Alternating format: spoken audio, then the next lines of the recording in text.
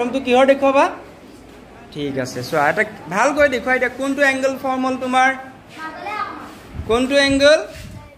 very good এতিয়া angle বুলি ক'লে বুজি পাবা নহয় মই চুক কৈ আছিলো কোন ক'লো এতিয়াৰ পৰা মই তোমালোকক কি ক'ম এংগল বুলি ক'ম মানে ইংৰাজী টাৰ্মটোৰ দ্বাৰাহে আমি কথাটো মনত ৰাখিবলৈ চেষ্টা কৰিম হ'ব বুজোতে আমি অসমীয়াতে বুজি আছো কিন্তু টাৰ্মকেইটা যেনে হলো ইংৰাজীত মনত ৰাখিম আৰু এটা কি দেখুৱাবা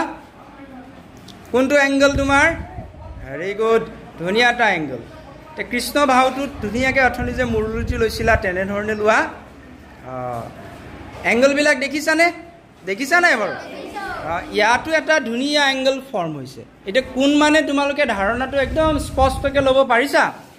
আহা বহাহি আৰু কোন যাবা আহা এই দেখুৱাব ধুনীয়াকৈ কোনখিনিত হৈছে কোনটো দেখুৱাই দিবা ভেৰি গুড ধুনীয়া এটা কোন ফৰ্ম হৈছে আৰু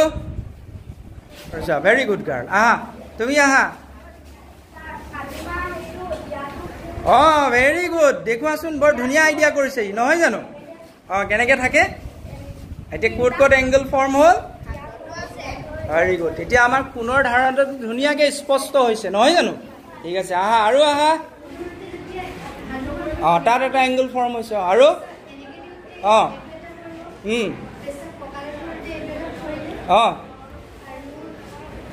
তুমি বাহ ঠিক আছে আৰু